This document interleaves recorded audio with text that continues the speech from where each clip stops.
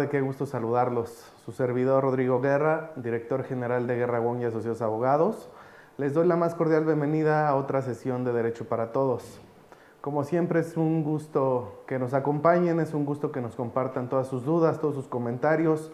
Recuerden que este programa tiene la finalidad de acercarnos al derecho, de poder resolver cualquier inquietud que tengan todos aquellos que estudien o no derecho y podamos acercarnos precisamente al ámbito jurídico. Es por ello que los invito, como siempre, a que nos sigan en nuestras redes sociales. Estamos en Facebook, Instagram, en YouTube y con mucho gusto atenderemos cualquier petición, resolveremos cualquier duda. Pues bueno, en esta ocasión vamos a platicar de un tema procesal, de un tema en el que casi siempre al inicio de nuestra profesión, aun cuando llevamos diversas materias, varias materias en la formación profesional del derecho, en la que nos explican qué es un juicio, cómo hacer valer un juicio, los tipos de juicios, pues no siempre nos queda tan claro. Incluso ya al momento de dedicarnos a postular, en el momento en el que nos toca llevar a cabo juicios, nos surgen muchas dudas sobre qué tipo de juicio tenemos que hacer valer. Es precisamente por esto que en esta ocasión platicaremos de los diferentes tipos de juicios y en qué momento o en qué casos tenemos que hacer valer cada uno de estos. Entonces, sin más preámbulo, iniciaremos el tema. Como siempre les platico y les comparto que nos basamos en el Código de Procedimientos de la Ciudad de México, en los códigos procesales, en las legislaciones de la Ciudad de México, por ser el lugar en el que nos encontramos. Y en este caso particularmente nos vamos a referir directamente al Código de Procedimientos Civiles para la Ciudad de México. Pues bien, en el Código de Procedimientos Civiles para la Ciudad de México, independientemente de las disposiciones generales que se encuentran en la parte inicial de dicha legislación, también se estipulan los procesos a través de los cuales se van a dirimir las controversias. Y creo que es sano empezar por ahí. Recordemos que en el mundo del derecho, para resolver un conflicto, estos se pueden resolver entre particulares, se pueden resolver a través de medios alternos de justicia como son la mediación y el arbitraje, pero en caso de que las partes no logren resolver la controversia por ellos mismos, en caso de que una mediación o un arbitraje no se finalice, no se formalice, pues la opción que nos queda es llegar a juicio. El juicio como tal, también conocido como litigio, es el conjunto de pasos a través del cual se van a tener que desarrollar diversas etapas procesales para llegar a un resultado, en el entendido de que el resultado en este caso es el dictado de una sentencia. Eso es un proceso. El juicio como tal es un proceso. Por ende, el juicio se integra de diferentes etapas. Hay muchas maneras de analizar lo que es un juicio, lo que es un proceso. Muchos estudiosos del derecho consideran que hay una etapa preliminar y una etapa de juicio. Esto es algo común al día de hoy, el mencionar que en las etapas preliminares a juicio, en las etapas iniciales también, es donde se plantean las acciones y se da contestación a estas. En la etapa de juicio como tal podemos hablar de las pruebas, del desahogo de todas las pruebas que hayan sido debidamente ofrecidas y por supuesto admitidas, y la etapa final o de resolución, que es donde se plantean o se versan los alegatos y la sentencia como tal. Al referirnos a la acción, debemos de tomar en consideración que debemos de tener completamente clara cuál es la intención del sujeto activo, entendiendo por supuesto que el sujeto activo es aquel que hace valer un derecho, es aquel que acude de manera inicial dentro de un proceso ante la autoridad, se le conoce como enjuiciante o como demandante, por supuesto. ¿Por qué debemos de tener completamente clara la acción? Porque no es lo mismo hacer valer una acción estrictamente civil, una acción laboral, una acción administrativa, una acción familiar, penal, etc. Recordemos que cada una de las acciones se regula por diferentes legislaciones. En cada materia del derecho existe una legislación. Entonces, esa legislación es aquella norma que nos va a plantear cómo debemos de hacer valer los derechos ante la autoridad. Por eso tenemos que tener completamente clara e identificada la acción. ¿Cuál es en sí nuestra pretensión? ¿Qué buscamos? ¿Qué es lo que pretendemos obtener por el hecho de acudir ante la autoridad?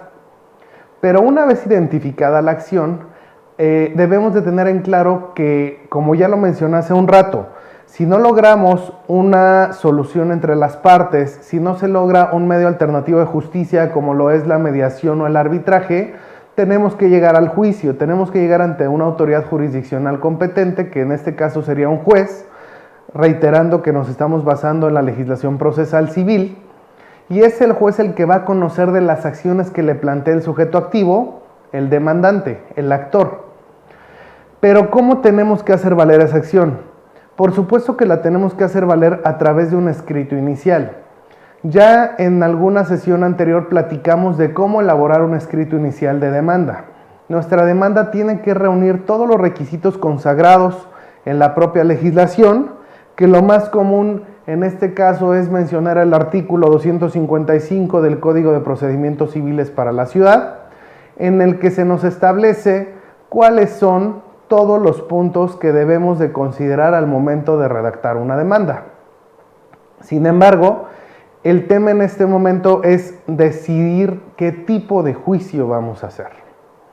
Podemos hablar entonces que de manera general los juicios se pueden englobar en juicios ordinarios, en juicios ejecutivos, en juicios orales y en juicios especiales. Los repito, juicios ordinarios, ejecutivos, orales y especiales. Empecemos por los juicios ordinarios. ¿Qué es un juicio ordinario?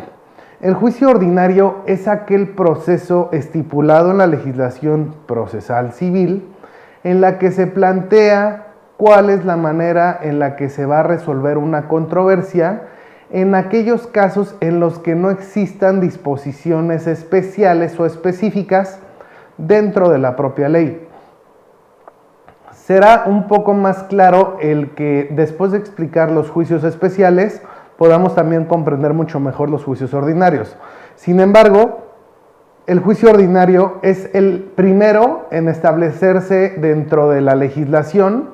El juicio ordinario corre del artículo 255 al 429 de la legislación adjetiva de la materia civil, y es ahí, insisto, donde se nos plantea este juicio en particular. El juicio ordinario para los abogados es conocido que es el juicio más largo. ¿Por qué es el más largo? Porque es el en el que no se cuentan con peculiaridades sobre un tema en específico y por ende se tienen que agotar todas sus etapas en las que, considerando precisamente que hay un sinfín de etapas que se tienen que precisar y agotar, estas son con plazos también específicos. ¿A qué me refiero? En un juicio ordinario empezamos con una demanda. Una vez que se admite la demanda, tienen que señalar el emplazamiento a la parte contraria, que es el demandado, que es el enjuiciado, para que éste conteste. Pero de entrada el plazo para contestar una demanda ordinaria civil son 15 días, es decir, el plazo es muy amplio. Al momento en el que el demandado contesta la demanda ordinaria civil, puede contestar en sentido positivo, en sentido negativo, pero también puede reconvenir. Recordando que la reconvención, conocida coloquial o comúnmente como la contrademanda, aunque no es una contrademanda, es el derecho que tiene el demandado para reclamar diversas prestaciones a la parte actora. Entonces, el actor puede demandar determinadas prestaciones, el demandado puede, es su derecho, contestar esas prestaciones, pero a su vez puede reclamar diversas prestaciones al sujeto activo. El plazo, como lo mencionaba, para contestar demandas son 15 días, es un plazo amplio. Esta es una característica del propio juicio ordinario civil. Una vez que se presenta demanda, que se admite y se contesta demanda, se tiene que llevar posteriormente una audiencia previa de conciliación. Después de la audiencia previa y de conciliación, en caso de que no se logre un acuerdo, se tiene que aperturar un periodo de pruebas. El periodo de pruebas es para el ofrecimiento, son 10 días. Siempre recuerden que son plazos en días hábiles. se lleva a cabo una o las audiencias necesarias para que se desahoguen las pruebas, se tiene que cerrar la instrucción del proceso con el planteamiento de los alegatos, recordando que los alegatos se tienen que plantear de manera verbal. Esto es algo importante, es algo que casi podría decir que está en desuso, porque muy pocos abogados plantean alegatos, o en su caso, intentan plantearlos de manera escrita. Ojo, la legislación estipula que los alegatos se plantean de manera verbal durante la última audiencia de desahogo de pruebas. Si no los planteas en esa audiencia, no te los van a admitir. Y por supuesto que después de los alegatos, pues viene el dictado de la sentencia. Pues bueno, en el juicio ordinario civil, como lo mencionaba, la característica esencial es que es el proceso más amplio, los plazos son más largos, y este tipo de juicio se va a llevar a cabo en aquellos casos en los que no se cuente con un proceso específico para delimitar alguna controversia. Haré una pausa antes de explicar el juicio especial, a fin de que ustedes nos hagan llegar todas sus dudas, todos sus comentarios, podamos ampliar la información, resolvamos cualquier incógnita que surja con el tema que estamos abordando. Y si me lo permiten, entonces ahora explicamos el juicio especial. El juicio especial, a diferencia del ordinario, es aquel juicio que está consagrado en la propia legislación procesal de esta manera, es decir, tiene un capítulo específico dentro de la legislación adjetiva. Un juicio especial es aquel que reúne ciertas peculiaridades, ciertas características y que permiten resolver un tipo específico de pretensiones, de prestaciones, de reclamos, que son los que hace valer el sujeto activo, el actor, el demandante. La diferencia, y me permito plantearlo desde ahorita, entre un juicio ordinario y un juicio especial, es que siempre tendremos que advertir, o este es un consejo mejor dicho, siempre tendremos primero que analizar si la acción, si la pretensión que pretendo dilucidar ante el juzgado cuenta con un capítulo específico, entonces tengo que hacer valer un juicio especial.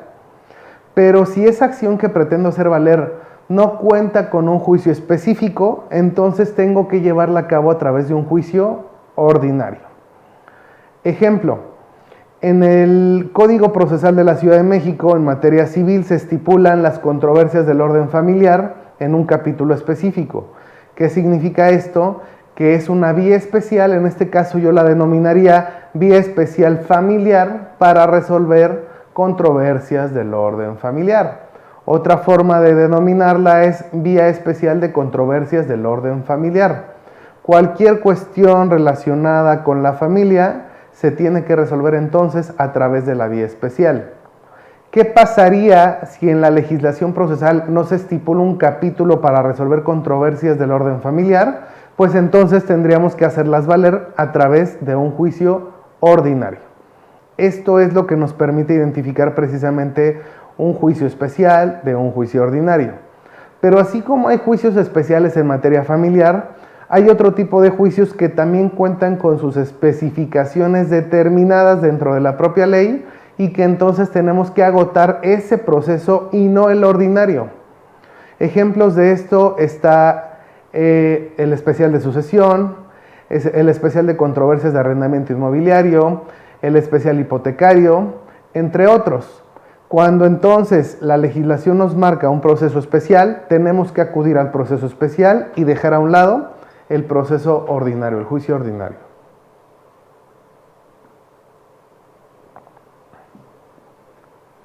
Bien. Algunos ejemplos de juicio ordinario son la reivindicación, son la prescripción, es el incumplimiento o rescisión de algún contrato, y estos ejemplos son precisamente los que nos podrían permitir identificar o tener más claridad de por qué tenemos que hacer valer un juicio ordinario. ¿Por qué un juicio ordinario en estas 4 acciones en particular, que es prescripción, reivindicación, incumplimiento o rescisión de un contrato? Pues si ustedes van a su legislación procesal, se van a dar cuenta que en la legislación procesal no hay un capítulo específico para resolver controversias de prescripción, o para resolver controversias de reivindicación, o para resolver controversias contractuales. Como no hay capítulos especiales para resolver este tipo de controversias, entonces siempre nos tendremos que ir al juicio ordinario civil. La diferencia, como lo mencioné, es en las controversias del orden familiar, como puede ser una guardia y custodia, convivencias y visitas, alimentos, por supuesto, el juicio especial hipotecario, que ya lo mencionamos, el reconocimiento, el pago, la cancelación de una hipoteca, una controversia de arrendamiento, es decir, de renta de bienes inmuebles, cuidado, de bienes inmuebles, porque de bienes muebles no es especial y nos tendríamos que ir al ordinario. La sucesión, que también tiene sus peculiaridades y que también cuenta con un capítulo o un apartado específico en la legislación procesal, y por esto se considera como un proceso especial. Entonces, de verdad es sumamente importante que ustedes tengan en claro, primero, qué acción van a hacer valer, cuáles son sus pretensiones, qué es lo que buscan, como lo mencioné ya hace un ratito, al acudir ante el juzgado, para poder tener completamente claro el tipo de juicio, que también se refiere precisamente a la vía que vamos a hacer valer. Si ustedes quieren identificar el juicio o la vía, debemos de partir entonces primero de la acción para tener claro el juicio, y una vez teniendo claro el juicio, elegir la vía, en el entendido de que las vías, como ya lo platicamos, es la ordinaria, la especial, la oral o la ejecutiva. Bien, hablando también de juicios especiales, no podemos dar un fundamento específico como en el juicio ordinario, porque en el juicio ordinario sí se encuentra todo estipulado del 255 al 429, pero en materia especial, en procesos especiales dentro del propio Código Procesal, se estipulan diferentes procesos especiales, diferentes juicios en específico. Por eso podemos encontrar las controversias del orden familiar en determinados artículos, como es el 940 al 968, podemos encontrar sucesiones, podemos encontrar especiales hipotecarios, de arrendamiento, entre otros, y cada uno tiene su propio fundamento. Cada uno tendremos que hacer valer ese fundamento. Si seguimos entonces con el tema del día de hoy, tenemos que hablar ahora de los juicios ejecutivos. Un juicio ejecutivo es aquel en el que vamos a hacer valer una acción, pero a través de un documento base que tenga aparejada una ejecución. Esta es una definición muy común, es una definición muy recurrida para poder comprender, o mejor dicho, explicar qué es un juicio ejecutivo, pero lo tenemos que aterrizar precisamente para que el derecho, que la esencia de este programa, que es derecho para todos, realmente logre ese fin, logre esa intención que tenemos. El juicio ejecutivo requiere obligadamente, para hacerlo valer, un documento que también se conoce como título base o documento base o basal, con el que podemos solicitar que se dé cumplimiento inmediato al requerimiento o a la obligación que está estipulada precisamente dentro de dicho documento.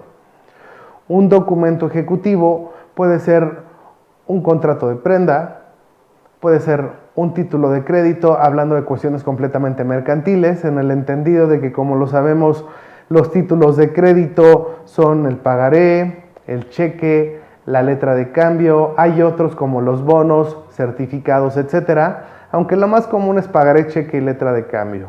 Y de estos, obviamente, tanto el cheque como el pagaré son los más explotados o los más recurridos. ¿Qué pasa en un juicio ejecutivo? Hay una gran diferencia entre un juicio ejecutivo frente a los otros dos procesos o juicios que platicamos, las vías que platicamos, de la siguiente manera. Resulta que en el juicio ejecutivo, en la vía ejecutiva, por el simple hecho de yo presentar mi demanda y acreditar que con el documento base de acción que cuenta con una aparejada ejecución, que ya tengo derecho a exigir el cumplimiento inmediato de algo, la postura del juzgado y el proceso se va a marcar de manera diferente. Presento mi demanda ejecutiva, y una vez que presente la demanda ejecutiva, lo siguiente será que el juez la admita, pero no solamente la va a admitir. Quiero marcar una diferencia aquí, y para eso haré una pausa. En el juicio ordinario o en el juicio especial, El primer auto que recae, vaya, en todos los juicios, el primer auto que recae se conoce como auto proveído o acuerdo inicial. Este auto proveído o acuerdo inicial siempre nos va a hablar sobre si la demanda fue admitida, sobre si nuestra demanda fue prevenida o en su caso si la demanda fue desechada por no reunir los presupuestos legales procesales necesarios para que nuestra acción prosperara, por lo menos superando la etapa inicial. En un juicio ejecutivo, además de que nos admitan la demanda, después de haberla presentado, el juez dictará un acuerdo en el cual ordenará que se requiera al demandado el cumplimiento de la obligación que yo solicité a través de la demanda ejecutiva. Y esta es la característica especial de esto. Hay que tener consideración que los juicios ejecutivos, independientemente de que hemos reiterado ya la necesidad de contar con un documento base, ese documento base de acción debe tener aparejada ejecución. Y la aparejada ejecución consiste en que ya esté implícito precisamente el cumplimiento de un derecho a favor del accionante, a favor del actor. Ejemplo, un pago, la entrega de una cosa, el cumplimiento de un crédito, etc. Estas cuestiones que ya están previamente establecidas en ese documento en el que yo voy a basar mis acciones, como es una deuda, el otorgamiento, la cesión, la entrega, etcétera, de un objeto, de una cosa o en su caso el cumplimiento de un derecho, se consideran como documentos que traen aparejada ejecución y son en estos casos en los que procede el juicio ejecutivo. Y si tenemos juicio ejecutivo, tenemos que hacer valer el juicio ejecutivo. ¿Por qué? Porque retomando el trámite que se le da a este tipo de procesos, dentro del juicio ejecutivo, por el simple hecho de presentar la demanda, el juez admite la demanda si reúne los requisitos esenciales y ordenará que no solamente se notifique a la parte pasiva, que es el demandado, para que éste dé contestación. Cuidado aquí, antes de que se le requiera que comparezca a juicio para que conteste demanda, van a llevarse a cabo dos etapas previas, pero son dentro del mismo acto. Un acuerdo inicial de un juicio ejecutivo se conoce también como auto execuendo o proveído execuendo. ¿De qué trata el auto o proveído execuendo? Este documento que emite la autoridad al momento de admitir un juicio ejecutivo significa que va a ordenar que se lleven a cabo 3 actos en contra del demandado. ¿Cuáles son estos 3 actos? El primero es requerir el pago, el cumplimiento, la entrega de la cosa. Segundo, en caso de que no lo cumpla, se puede embargar, y este es algo sumamente importante, se puede proceder al embargo civil o mercantil, dependiendo en la materia en la que estemos actuando, para garantizar el cumplimiento de pago, de la entrega, de cesión, de otorgamiento, de la obligación tal cual o del derecho. Y el punto 3 será precisamente notificarlo, emplazarlo formalmente para que comparezca a juicio y haga valer sus derechos. Lo repito, el juicio entonces, la vía ejecutiva mercantil al momento de presentar la demanda, se presenta la demanda, el juez la admite si reúne los requisitos y al admitirla, ese proveído, ese acuerdo se conoce como auto execuendo siempre y cuando el juez decrete que se le requiera al demandado de cumplimiento a lo solicitado y estipulado en el documento base de acción. Segundo, que en caso de que no cumpla en el momento en el que se ha requerido o no acredita haber cumplido con antelación, se proceda al embargo para garantizar el derecho que le corresponda a la parte activa. Y el tercer punto es emplazarlo para que comparezca a juicio y pueda contestar demanda e incluso reconvenir. Pero este es el orden en el que tenemos que llevar precisamente el auto execuendo. Todos aquellos que nos ven y que han acudido a diligencias de requerimiento de pago, embargo y emplazamiento, estamos ante la presencia del cumplimiento de un auto execuendo. Se presta mucha confusión o se presta a desconocimiento el que dejemos de lado los juicios ejecutivos civiles, aunque sí hay juicios ejecutivos civiles. Muchos de ellos, si no es que la mayoría, versan en temas contractuales, pero sí un contrato nos puede servir como documento base de acción que traiga aparejada una ejecución y por ende podamos hacer valer la vía ejecutiva. Siempre los más recurridos son los mercantiles, son las acciones ejecutivas en materia mercantil, tratándose de títulos de crédito, que también ya lo explicamos, pero no son los únicos. Es por eso que yo quiero invitarlos a que revisen la legislación procesal y se den cuenta que dentro de la legislación procesal, civil específicamente, se contempla el juicio ejecutivo, se contempla la vía ejecutiva y también la podemos hacer valer. En estas vías ejecutivas, al momento de hacer valer el proceso ejecutivo como tal en juicio, insisto, la característica importante es yo probar mi acción con un documento que tenga pareja de ejecución y al momento de que lo admitan, que el juez de la causa, que el juez procesal determine los tres elementos que son requerimiento de pago o acreditación de cumplimiento de pago o de la obligación. En caso de que no lo logre, pagar, entregar, ceder, conceder, etc., en ese momento el demandado se procede al embargo y en el último punto es el emplazamiento. Espero que esto esté quedando claro. El juicio ejecutivo podría decir que tiene sus peculiaridades, sí, pero también los otros, es decir, tanto el juicio ordinario como el juicio oral, como el juicio especial, todos tienen sus propias peculiaridades. Tenemos que analizarlos, tenemos que conocerlos para realmente saber cuál hacer valer. Y por último, hablar del juicio oral nos lleva a algo mucho más actual. Los juicios orales como tal tienen menos de una década, formalmente hablando, ya estipulados o consagrados específicamente como orales en nuestras legislaciones. En nuestro país, 10 años atrás, no se reconocían juicios orales, aunque ya muchos de manera informal se manejaban de manera oral, particularmente en la materia laboral. En la materia laboral los juicios orales, bueno, llevan no una década, llevan muchas décadas planteándose y las actuaciones casi en todos sus puntos siempre son orales en la materia laboral. Ahora estamos ante la nueva reforma en materia del trabajo, procesal o jurisdiccional, en la que recuerden que ya las autoridades jurisdiccionales en materia del trabajo van a depender también del Poder Judicial de la Federación, ya no así de Poder Ejecutivo, y se van a estipular los procesos o las series de pasos procesales a través de las cuales se diriman las controversias en materia del trabajo. Sin embargo, insisto, los juicios en materia laboral siempre han tenido una esencia oral, pero a partir de que se llevaron a cabo diversas reformas desde el ámbito o desde el nivel constitucional y que se reconoció la importancia y trascendencia de los juicios orales, particularmente en el 2008, cuando entra en forma la reforma constitucional en materia penal del 16 de junio del 2008, se reconoce tal cual el juicio oral. Pero hubo o hay incluso a la fecha la confusión en que esos juicios orales solamente entraron en vigor en materia penal. La respuesta es no. Los juicios orales los encontramos en materia penal, en materia civil, en materia mercantil, en materia laboral.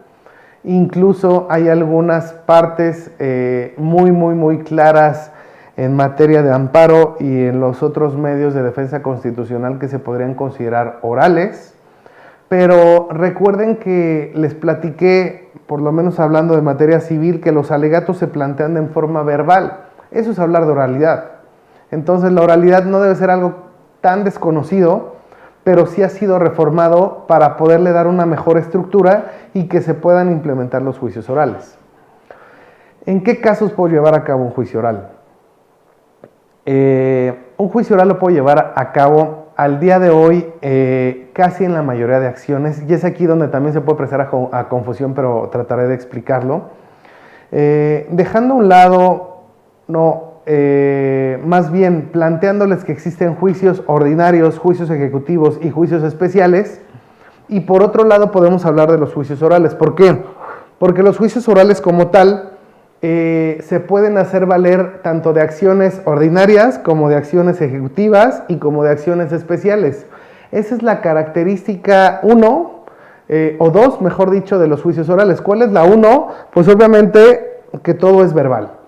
En los juicios orales ya estamos ante la obligación de la autoridad de presidir todas las audiencias, es decir, el juez tiene que estar presente, no como en un juicio especial, no como en un juicio ejecutivo, no como en un juicio ordinario, que rara vez conocemos al juez o rara vez el juez participa directamente en nuestros procesos.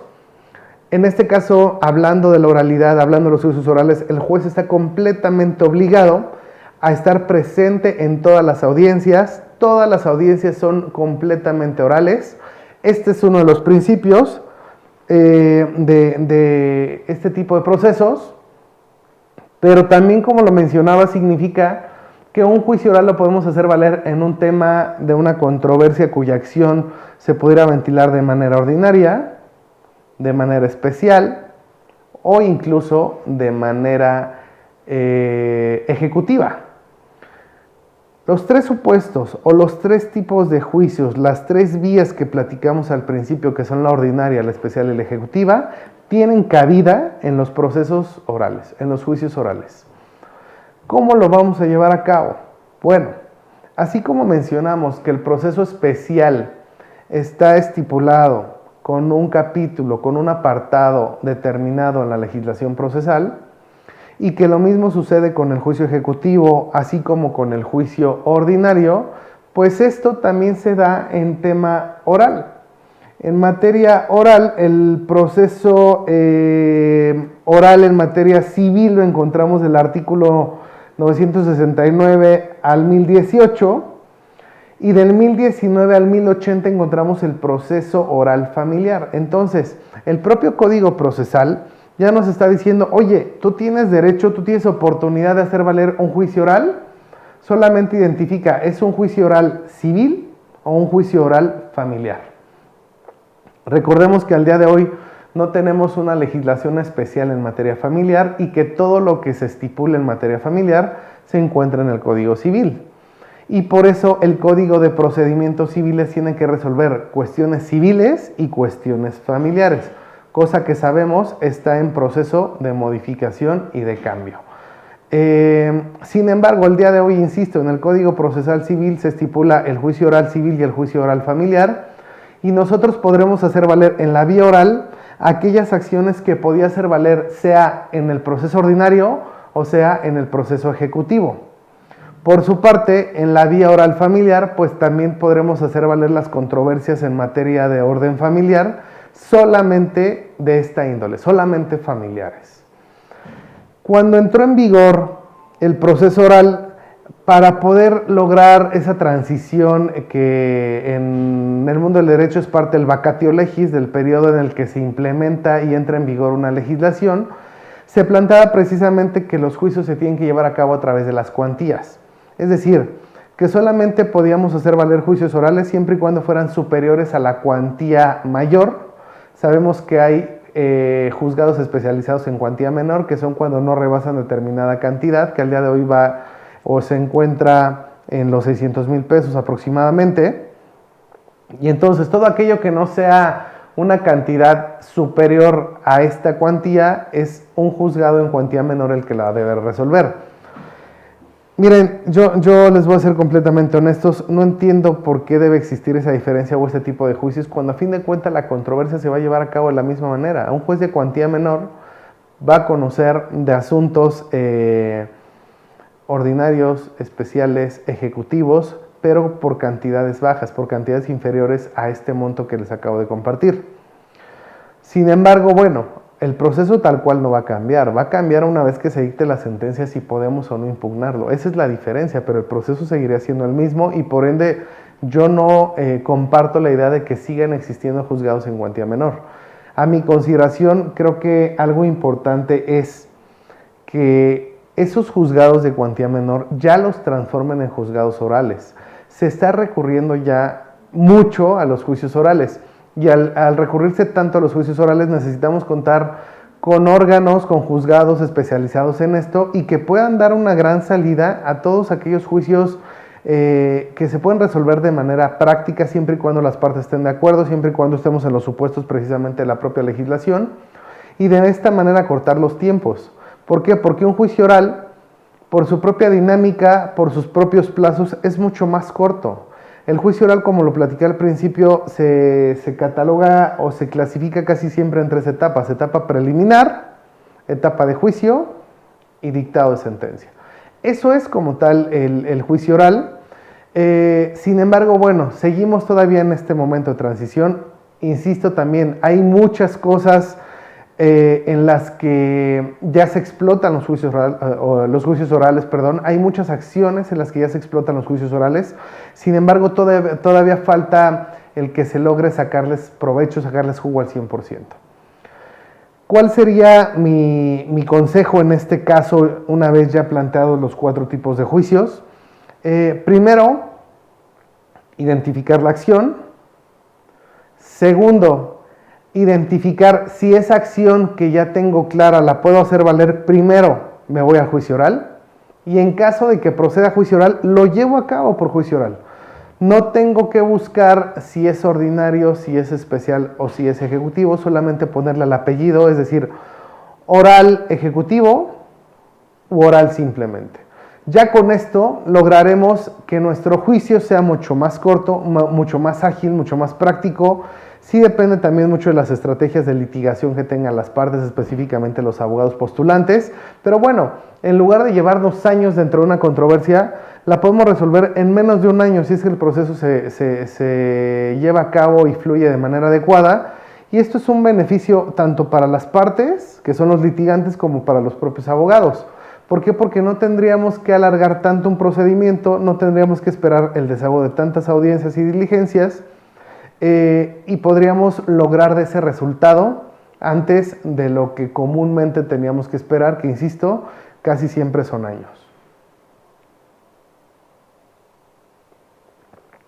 Bien, ahora, algo importante a considerar en todos estos juicios que estamos platicando es que independientemente de elegir el tipo de vía que es ordinaria, especial, oral o ejecutiva, eso nos va a obligar también a tomar en cuenta cuáles son los lineamientos que nos marca la propia legislación para saber cómo vamos a formular la demanda. No es lo mismo formular una demanda ordinaria a una demanda especial, a una demanda ejecutiva o a una demanda oral. ¿Por qué no es lo mismo? Porque tiene cada uno de estas vías, cada uno de estos juicios, diferentes peculiaridades y diferentes requisitos. Ejemplo, en el juicio ordinario, un escrito inicial no tienes que ofrecer pruebas.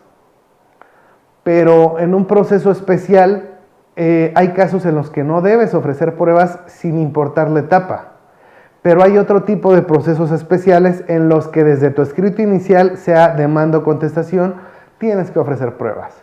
Eso siempre tómenlo en cuenta. Vean cuáles son los elementos del escrito inicial en esa vía para que sepan cómo hacer su demanda. Otra regla básica y a tomar en cuenta es que los requisitos para hacer una demanda son los mismos que se deben de tomar para hacer una contestación de demanda, solamente agregando excepciones, defensas, y en su caso la reconvención. Pero siempre las reglas de la demanda las sigue la contestación de demanda. ¿Por qué vale la pena considerar esto? Porque si estamos ante la presencia de un juicio especial, ante un juicio ejecutivo, y no ofrecemos pruebas en el momento procesal determinado, específico u oportuno, como también se le conoce, nos vamos a quedar o vamos a generar la indefensión de nuestros clientes, tratándose de postulantes, por no haber ofrecido pruebas a su favor. Entonces, siempre es importante analizar en qué momento ofrezco pruebas. Otro tip es que en el juicio ordinario no van pruebas al principio, hay una etapa específicamente para el ofrecimiento de pruebas, pero en los juicios orales, en juicios ejecutivos y en juicios especiales, en aquellos que se marcan pruebas, las pruebas se plantean desde el escrito inicial de demanda, como lo dije, sea demanda o contestación. Pues bueno, de manera general, esta información, como lo compartí al principio de esta sesión, es sumamente importante porque no se trata solamente de conocer cuáles son los elementos básicos para hacer una demanda, sino también es importante saber ante quién voy a hacer valer la demanda y qué vía es la que debo elegir para poder hacer valer esa acción, esa prestación, ese reclamo. Si no tengo clara la vía, nos van a desechar las demandas, Si bien por ahí existe una tesis en la que se estipula que cuando una autoridad se declara incompetente por temas de cuantía o por temas de territorio, en algunos casos, se debe de remitir a la autoridad competente. Yo no aconsejaría que se cubra o que se corra este riesgo, vaya. Un buen abogado debe de saber cómo plantear una acción, cómo acreditar una acción, en caso contrario, cómo contestar la acción, cómo defenderse y excepcionarse de la acción, pero también ante quién la tengo que hacer valer. Es muy, muy, muy importante entonces, y con esto quiero cerrar la plática del día de hoy, el que tengamos claras las vías. No se trata de promover y de saber si me la admiten o no, sin estar completamente seguro de qué autoridad y qué proceso tengo que llevar a cabo. Les recomiendo, les invito que revisen a detalle la legislación procesal y ahí van a poder resolver esta duda. Sin embargo, en caso de que la duda siga, pues parte de nuestro trabajo es precisamente apoyarles con esto. Recuerden que estamos abiertos, que estamos siempre a su disposición para resolver las dudas, las inquietudes, las incógnitas que surjan. Y el plantearles, por supuesto, que si bien puede parecer este un tema técnico, no está de más que aquellos que no nos dedicamos, que no estudiamos o que no ejercemos la carrera de Derecho, tengan claro que no por tener una intención legal válida la puedo hacer valer ante cualquier autoridad. No. Hay autoridades competentes, hay autoridades jurisdiccionales que son las encargadas en lo particular de resolver las controversias y siempre las tendremos que tomar en consideración. Pues bueno, estaremos aquí con ustedes para tratar de seguir resolviendo cualquier duda, comentario que se presente. Este tema lo quería abordar, si bien podemos profundizar todavía mucho más, no creo que sea necesario el alargar el tema sin antes conocer cualquier inquietud que surja de su parte, pero bueno, saben que nos la pueden hacer llegar, sea que la resolvamos o respondamos dentro o fuera del programa, con mucho gusto así lo llevaremos a cabo. Y pues en esta ocasión me despido, les doy las gracias por estar con nosotros, por seguirnos en una sesión más de Derecho para Todos. Les invito nuevamente a que nos sigan en las redes sociales y les aseguro que nos veremos pronto. Gracias de nuevo, que tengan muy buena tarde.